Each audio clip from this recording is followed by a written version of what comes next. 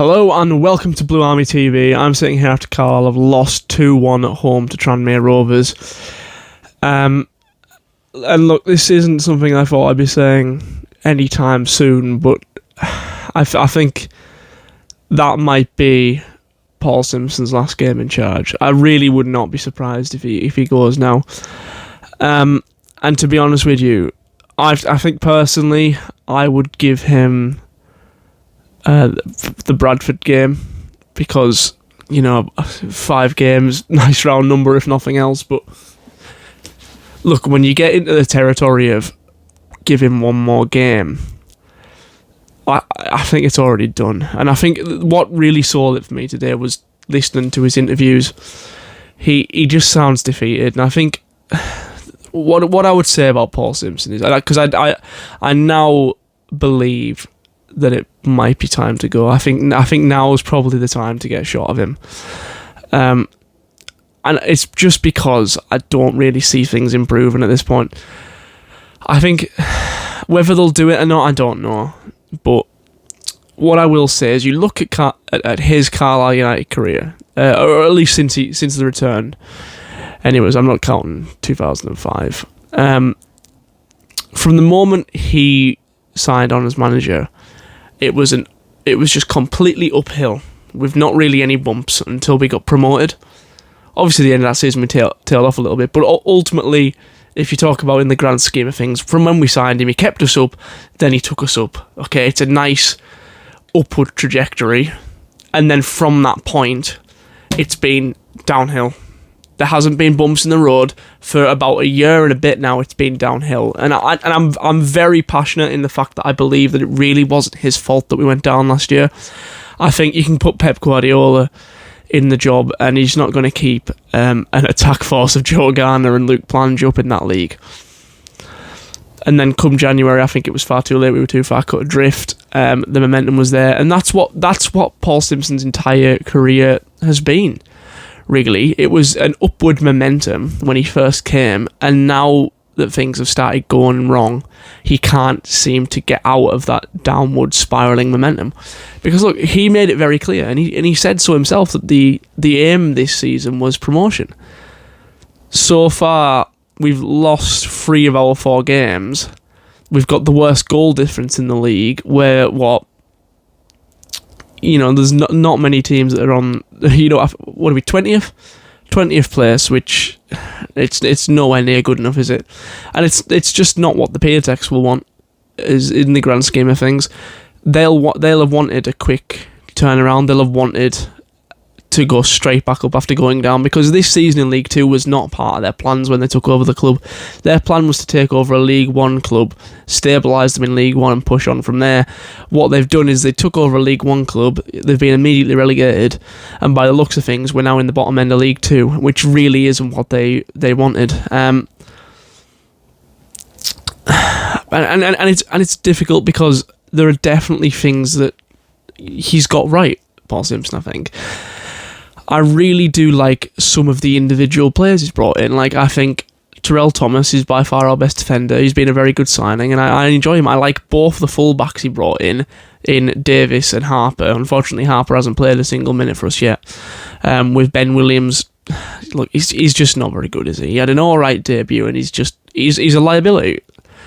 And something else I'd like to touch on is Paul Simpson's inability to judge the goalkeeping situation, and that's from the moment he came into the club. He made a really large error in letting Mark Howard go. Our player of the season. He won all of our awards at the end of that season when Paul Simpson first came in, and then he released him. He signed Thomas Hawley, who, look, he's going to be remembered fondly for the promotion campaign, but I was never confident in him. Even in the promotion campaign, I came on this channel and I slated him a lot, and he made a lot of mistakes, and I never thought he was like, I never thought he was like a top half goalkeeper in League 2. He wouldn't come for crosses. He wouldn't get off his line, and that was the problem with Thomas Hawley.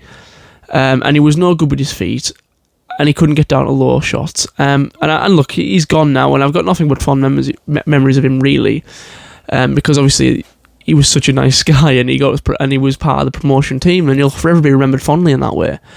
But was he an improvement on Mark Howard? Probably not. Then the season after that, it was shown up in League One, because when he didn't have one of the best defences in the league to defend him, he crumbled. We signed Anderson, who was god-awful. We had Breeze for a few games, who was quite good. Not a Paul Simpson signing, but, a player from the youth academy. And then we invested a lot of money in Harry Lewis, who just seems to have been a dud since we signed him. And I honestly think... it's... Whenever there's a shot, I never expect him to save it. And that's not to say either of the goals today were Harry Lewis's fault. But can you remember the last decent save he made? Because I can't. We seem to concede every single shot on target. And I'm not saying he should save them all, but by the laws of averages, he should save some. Honestly, he made a few good saves against Stoke. In the League Cup, in which he conceded 2 and we lost 2-0. He just seems to concede every single shot against him. And of course it was Amari Patrick. Everyone could have predicted that, well done, it's obviously going to happen. And I think a player like Amari Patrick that I don't really think Paul Simpson used right. I think he wanted to play on the wing, and that's why he left. I think because Amari Patrick would have stayed with us if Paul Simpson had agreed to play him where he did. I think Simpson didn't use him right. And I think he really liked the club. And fair play to Amari Patrick, he didn't celebrate either of his goals today. I think it's very poetic that he might be the one that ends up getting Paul Simpson the sack. Because, look, there's just something not right. And there's no glaring, obvious error in the team. Maybe the goalkeeper, but like I said, the goalkeeper wasn't the problem today. It's just an overarching kind of bigger issue that seems to happen under Paul Simpson's reign. Where's the issue in that team?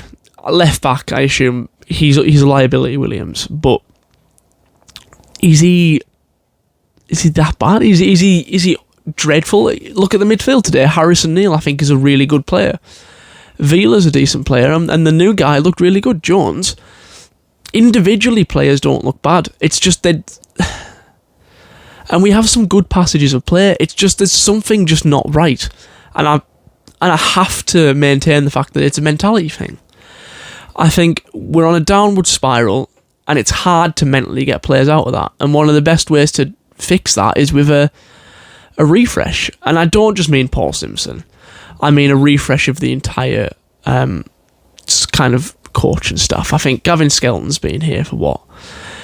He was there under Sheridan, wasn't he? And God, how long ago was that? Then Stephen Presley, Chris Beach, Keith Millen, Paul Simpson. The old owners were just scared to get rid of him and, just decided to put every manager they signed after Sheridan, with him because he was Cumbrian. And I think that is a big thing. And that's why Paul Simpson's been given as long as he has, because he's local. And the same things, that's the reason Gavin Skelton stayed as long as he has as well. But I think there just needs to be a refresh. I think Simpson needs to go. And I do think that now. I think that I would personally give him the Bradford game, but I would not complain if they sacked him tonight or tomorrow morning or whenever we get to see that little corner flag picture. There just needs to be a change in the way things are done, I think. And that includes his son as well, Jake Simpson, who there's a lot of bad things being said about him on social media, which I don't massively agree with. He's ahead of performance. There's not really too much, he can... Even if his job was to sabotage the team, he's not in a position that he can really have too much of an impact, I don't think. I think it's just a mentality thing. We're in a losing mentality at the minute. We're not in a promotion chasing kind of headspace. And yeah, it's a really disappointing one today. The only kind of bright spark in that game was, of course, Archie Davis got his goal. He's been one of the signings of the season by far. As I've already spoken about the 2 new fullbacks. But that geezer on the roof, what was he doing? One of the Tranmere fans. And I thought it was really funny that they couldn't get him down. Obviously, you can't condone that, and it's dangerous and it's stupid. And he's probably going to get... I'm not an expert on the law, but I can't imagine they'll let him off with a slap on the wrist. There will be consequences for his actions. But it is funny that you can climb onto the roof watch the entire game without, I don't know, I know you can't just kind of push someone off a big kind of fence, but they just didn't do anything about it. They just kind of had to gather around, try and talk him down, and when he didn't come down, they had to just kind of wait him out. And yeah, he was a little bit of a source of entertainment when the football wasn't great. And look, the football today, I think we are playing better than last season, but the results aren't changing, and that seems to be the big thing. And yeah, I don't want to lose at Bradford next week. I'm not going to be there because I'm helping my brother move down to uni. But yeah, it was definitely better than the MK Dons game, but Tranmere's a game we should be winning, really. With all due respect to Tranmere, we should be winning that game. And I can almost allow Gillingham, because I think we showed sparks in that game, and I think they're probably going to be... I think they're my favourite for the title, anyways. I think they'll do well this season, Gillingham. And it wasn't really a huge shock when we lost there. Barrow we needed to win, and we did. MK Dons was horrendous, and today wasn't great, and then we got beat by Stoke as well. I think that the fans have turned too much now for it to be a redeemable position for Simpson, and I think he's going to have to go. I'd love him to walk. I'd absolutely love him to say, look, I know when I'm not wanted, I'm just going to leave. And I'd love that, because I so desperately want it to work out for him, because I absolutely love him as a manager. Look, I was born in 2004. In my lifetime, he's the only one that's ever got the club promoted. And that's in 2 separate stints, right at the start of my life and now, to the present. He's the only one that's ever brought success to our club. And, as fans, we owe him a great deal for that. But it's not a tenable position at the minute. And I think he just needs to... he won't walk, but I'd love him to say, look, to walk out with some dignity, say that things aren't working out, and then he's just going to leave. Because I think that would be... it'd be a nice way for him to go. But I think, unfortunately, what's probably going to happen is we're going to have to wait for the Bradford game. We're probably going to get beat, and then he's going to be sacked. I think that's probably what's going to happen. And yeah, I'm not looking forward to him going, but I think it has to happen. That's my viewpoint on it at the minute, and this is the first time I've ever thought that he's going to have to go, and I think now might be the time to let him go. So yeah, I hate saying that because I really do like him, but it's just not working out this time round. This campaign needs to be saved. I think 5-3-2 is a position that needs to be left in the past. And yeah, look, thank you for watching. Please let me know what you think in the comments, because there will be differing opinions on this. But yeah, thank you for watching. Please like the video and subscribe to the channel, and in a bit.